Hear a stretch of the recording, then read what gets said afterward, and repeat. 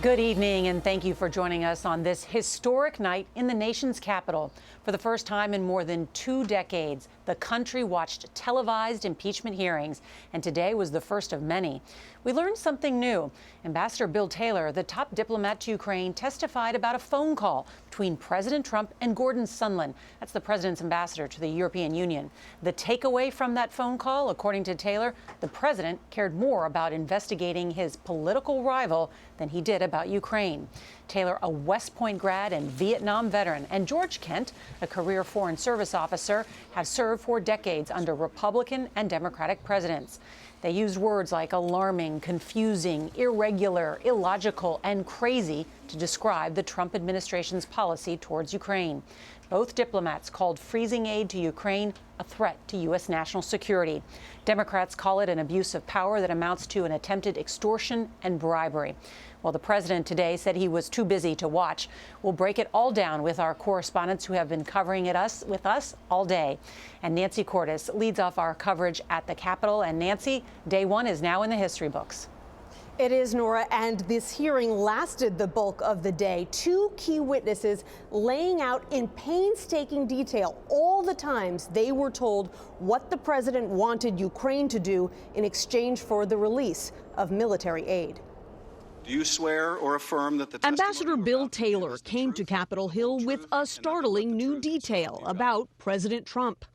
Last Friday, a member of my staff told me of events that occurred on July 26th.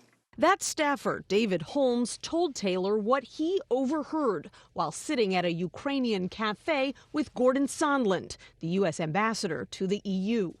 Ambassador Sondland called President Trump and told him of his meetings in Kyiv. The member of my staff could hear President Trump on the phone asking Ambassador Sondland about the investigations. Ambassador Sondland told President Trump the Ukrainians were ready to move forward. Following the call with President Trump, the member of my staff asked Ambassador Sondland what President Trump thought about Ukraine. Ambassador Sondland responded that President Trump cares more about the investigations of Biden, which Giuliani was pressing for. And I take it the import of that is he cares more about that than he does about Ukraine. Yes, sir. The exchange contradicts the GOP claim that this impeachment probe is based on hearsay, not direct evidence of the president's intent. You've never talked with Chief of Staff Mulvaney? I never did. You never met the president? That's correct. This is what I can't believe, and you're their star witness. You're their first witness. Let me just say that I don't consider myself a star witness for anything. They do. You don't. No, I don't. Taylor is a 50-year veteran of the military and Foreign Service. What was your class rank at West Point? I was number 5. He said he was astonished when President Trump suddenly froze $400 million in aid to Ukraine, a key ally fending off Russian aggression. Taylor texted this to Sondland. I think it's crazy to withhold security assistance for help with a political campaign. What did you mean when you said you thought it was crazy? Security assistance was so important for Ukraine as well as our own national interest. To withhold that assistance for no good reason other than help with a political campaign made no sense.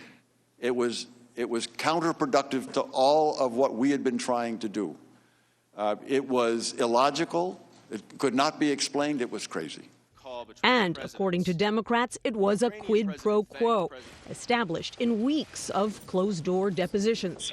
It seems to me that the President of the United States either committed extortion and bribery of a foreign official or attempted extortion and bribery of a foreign official. Republicans continue to reject that. Every time that it gets close to the President of the United States, it is very clear. There is no conditionality as it relates to why the aid was held. North Carolina's Mark Meadows. For the case you're making to be true, every single witness who has testified, more than a dozen of them, would have to be either lying or mistaken. Is that really what you're saying? Your characterization is so inherently wrong and biased.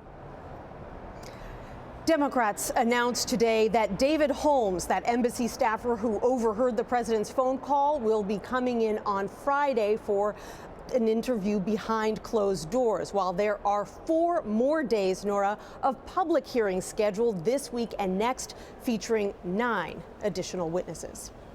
All right, Nancy, thank you.